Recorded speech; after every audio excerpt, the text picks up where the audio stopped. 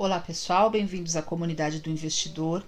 Nós iniciamos hoje o 6º semestre em nossa Universidade do Sucesso e ele nos traz a seguinte afirmação: a riqueza não é necessariamente uma maldição e nem a pobreza uma bênção. Esta frase é de R.D. Hitchcock.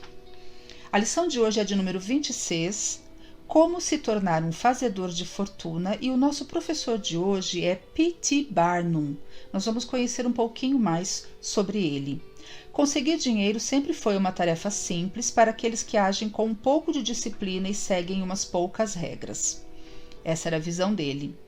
Phineas Taylor Barnum foi sem dúvida alguma o maior showman que os Estados Unidos já tiveram. Começando de forma humilde como balconista de mercearia e dispondo apenas de instrução primária, acabou por formar o maior complexo circense do mundo. Barnum tinha ideias bem precisas sobre o sucesso e como consegui-lo, e em sua autobiografia teve a oportunidade de dar seus conselhos, que continuam válidos até hoje. Sempre que era convidado a falar em público, referia-se às regras do sucesso mencionadas em seu livro.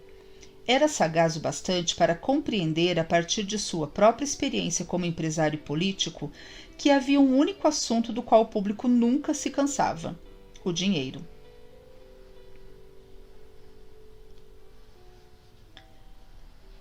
Esta lição ele tem como fonte a palestra do dinheiro. Embora tenha sido destinada principalmente aos jovens americanos com o objetivo de mostrar-lhes como buscar a riqueza com integridade e caráter, você também, independente da sua idade ou de onde você esteja, encontrará aqui muitos ensinamentos que poderão ajudá-lo a ver mais claramente onde está indo e como deseja chegar lá. Quando nós completarmos este semestre, você vai compreender os princípios básicos que norteiam a acumulação de dinheiro, mesmo sabendo desde já que a riqueza não é garantia de felicidade. Você terá aprendido mais ainda a verdade suprema de que os princípios do sucesso não mudam nunca. É muito comum, que se pense ser até fácil ganhar dinheiro. Não tenho dúvidas, e vocês também certamente estarão de acordo em uma única coisa: o mais difícil no mundo é conseguir guardá-lo. O caminho da riqueza é, nas palavras francas de Benjamin Franklin, simples como o caminho para o moinho. Trata-se de gastar menos do que se ganha, o que não deveria ser difícil. Muitos de vocês dirão: isso nós entendemos, é economia e sabemos que economia é riqueza. Sabemos que não podemos ter o bolo e comê-lo ao mesmo tempo. No entanto, peço licença para dizer que há mais casos de insucesso devido à falta de compreensão deste ponto do que qualquer outro. A verdade é que muitas pessoas imaginam entender de economia quando na verdade não entendem. A verdadeira economia consiste em fazer com que a renda sempre exceda os gastos. 1 centavo aqui, $1 ali. Ao render juros, vai se acumulando e desta forma se alcança o resultado desejado.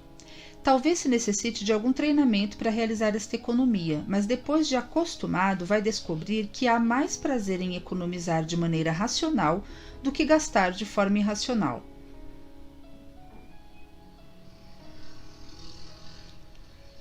Eis aqui uma receita que eu recomendo a vocês. Eu descobri que é ótima cura para a doença da extravagância e da economia errônea. Quando descobrir que ficou sem qualquer sobra ou excedente no fim do ano, mesmo tendo um bom salário, aconselho pegar um caderno de anotações e marcar nele cada item de despesa. Atualize as anotações todo dia ou semana, distribuídas em 2 colunas, uma com o cabeçalho de despesas necessárias, podendo-se incluir até aquelas com certo conforto, e a outra com o título de luxos. Você vai constatar que a segunda será o dobro, triplo e frequentemente 10 vezes mais alta que a primeira. Os confortos reais e necessários da vida custam apenas uma pequena parte do que a maioria de nós ganha. O Dr. Franklin disse: são os olhos dos outros e não os nossos que nos arruinam. Se o mundo inteiro, menos eu, fosse cego, não me importaria com roupas finas e bela mobília. É o medo do que vai dizer o vizinho que nos faz trabalhar como escravos. Olha que importante isso. O fato de termos nascidos iguais e livres, nós dizemos aqui que os seres humanos são todos iguais, é uma grande verdade. Porém, não nascemos todos igualmente ricos e nunca o seremos. Então, não se deem a este trabalho de viver de aparências. Além disso, se você se der estes ares e desperdiçar seu tempo e dinheiro, a sua família vai ter que se matar de trabalhar, sua mulher em casa, comprar as coisas de necessidade em mínimas quantidades e tudo mais proporcionalmente para permitir que você mantenha as aparências. E no final das contas, a gente não engana ninguém. Homens e mulheres acostumados a satisfazer todo e qualquer desejo ou capricho vão achar difícil no início diminuir as despesas desnecessárias. Mas ao final, se tentarem o plano de reservar uma pequena quantidade de dinheiro, colocá-la rendendo juros, vão se surpreender com o prazer que lhes dará poderem sempre juntar mais um pouco àquela pilha, ao mesmo tempo que tirarão proveito dos hábitos de economia que adquiriram. Quando se pensa no reflexo de tudo isto sobre a diferença de custo entre o que se recebe e o que se gasta, e se começa a conhecer o prazer de poupar. Milhares de homens continuam pobres e outros milhares caem nesta condição, depois de já terem tido o suficiente para viver confortavelmente o resto da vida. Isto porque, ao se apoderarem do dinheiro, passaram a viver de forma muito onerosa. A prosperidade, gente, ela é uma provação mais grave do que a adversidade, sobretudo se a primeira acontece subitamente. Dinheiro que entra fácil, sai fácil, diz o adágio popular. O orgulho e a vaidade, quando se lhes permite dominar as pessoas, são como um câncer maligno que corrói as partes vitais das posses ou riquezas de um homem, sejam elas pequenas ou grandes, centenas ou milhares. Muita gente nem bem começou a prosperar, já se enche de ideias e começa a esbanjar com pequenos luxos, até que em pouco tempo as despesas engolem a renda. Assim, tais pessoas se arruinam por causa de suas tentativas absurdas de manter as aparências, de causar sensação. Evite ficar endividado. Há pouca coisa pior para afundar uma pessoa do que ficar endividada. É uma situação escravizante, no entanto, encontram-se por aí muitas pessoas se endividando. A dívida tira do homem seu amor próprio, tornando-o objeto do seu próprio desprezo. Geme, resmunga e trabalha para pagar uma coisa que muitas vezes já consumiu ou já gastou. E quando o convocam para pagar o que deve, é como se não recebesse nada em troca do seu dinheiro naquele momento. Como diz aquela expressão, trabalhar a troco de nada. O dinheiro é, em muitos aspectos, como fogo. Prestem bem atenção neste trecho da lição de hoje. O dinheiro é, em muitos aspectos, como fogo. Pode ser um excelente criado ou um amo implacável. Quando você deixa que ele o domine, quando os juros se avolumam contra você, ele o manterá na pior espécie de escravidão. Ao contrário, se deixar o dinheiro trabalhar para você, passa a contar com o amigo mais fiel do mundo. Nada há animado ou inanimado que trabalhe com tanta dedicação quanto o dinheiro colocado para render bem seguro. Trabalha noite e dia, faça sol ou faça chuva. Não permita que ele trabalhe contra você. Do contrário, você não terá chance alguma de sucesso na vida no que depender de dinheiro. Um outro ponto, seja qual for o trabalho, dê o máximo de si. Trabalhe dia e noite se necessário, em época ou fora de época, movendo céus e terra e sem adiar por uma hora que seja aquilo que pode igualmente ser feito agora. Um velho ditado popular faz sentido ao dizer a seguinte verdade: se vale a pena fazer uma coisa, vale a pena fazê-la bem feita. Muitos homens fazem sua fortuna conduzindo seus negócios de forma cuidadosa e completa, enquanto outros permanecem pobres para sempre por fazerem as coisas pela metade. Ambição, energia, diligência e perseverança são requisitos indispensáveis para se obter sucesso nos negócios. A fortuna sempre favorece os bravos e nunca auxilia os homens que não ajudam a si mesmos. Faça sua parte do trabalho ou não terá chance do sucesso. Maomé, uma vez, acampado uma noite no deserto, ouviu de um de seus cansados seguidores comentar: "Vou soltar meu camelo e confiar sua sorte a Deus." De forma alguma, interveio o profeta. Amarre seu camelo e aí sim confie em Deus. Faça tudo o que puder para si mesmo e depois confie o resto à providência ou à sorte, ou seja lá o nome que você queira dar. Um outro ponto é não ultrapasse seus limites. Não há maior engano do que quando um jovem ou uma outra pessoa acredita que vai ser bem-sucedido começando com dinheiro emprestado. Por quê? A experiência de qualquer pessoa coincide com aquela do Sr. John Jacob Astor, que disse ter sido mais difícil para ele acumular os primeiros $1.000 do que os milhões que formaram sua fortuna colossal. O dinheiro não vale nada a menos que sinta o seu valor pela própria experiência. Dê a um garoto $20.000 e coloque-o a fazer negócios. O mais provável é que ele perca tudo antes de completar mais um ano.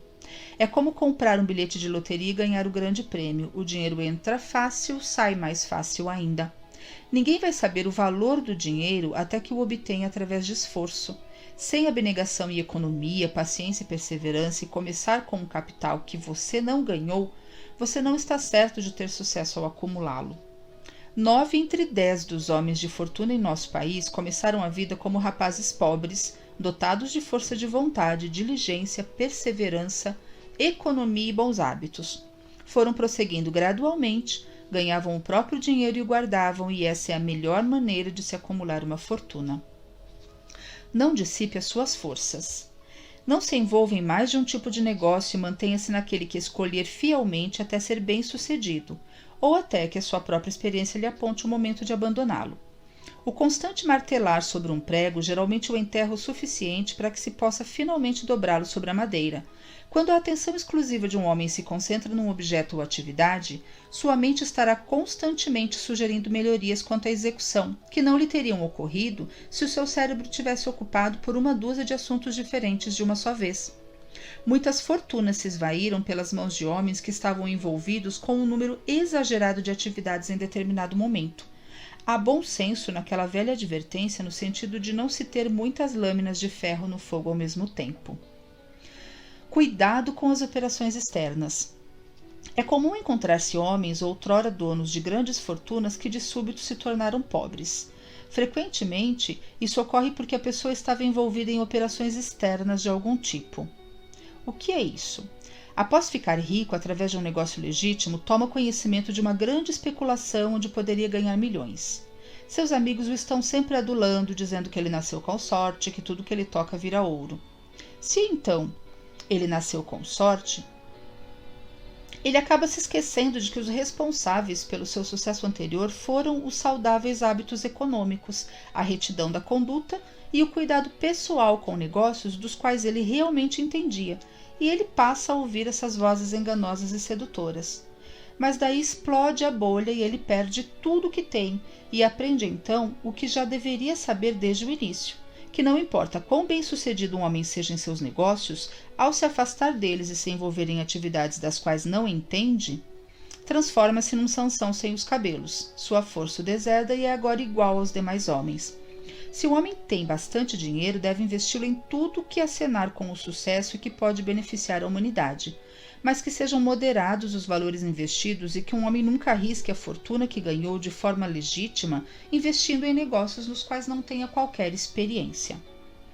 O outro ponto é não fique aí tagarelando. Alguns homens têm o hábito insensato de contar os segredos dos seus negócios. Se ganham dinheiro, gostam de contar aos vizinhos como isto se deu. Nada se ganha com esta prática, mas às vezes muito se perde. Não revele nada sobre seus lucros, expectativas, esperanças, intenções. Isto se aplica tanto àquilo que você faz, à sua comunicação através das conversas, quanto escrita. Preserve a sua integridade. Ela é mais preciosa que diamantes ou rubis. O público foge, com razão, de todos cuja integridade é posta em dúvida. Não importa se um homem é gentil, agradável e cortês, nenhum de nós ousaria negociar com ele se suspeitasse de métodos e práticas desonestas. A honestidade estrita não é só o alicerce de todo o sucesso financeiro, como também em todos os aspectos da vida. A intransigência no que se refere à integridade de caráter possui valor inestimável. Garante a quem a pratica uma paz e alegria que só ela pode oferecer, que nenhuma quantidade de dinheiro, casa ou terras pode comprar. Fazer fortuna não equivale sempre a ser bem-sucedido.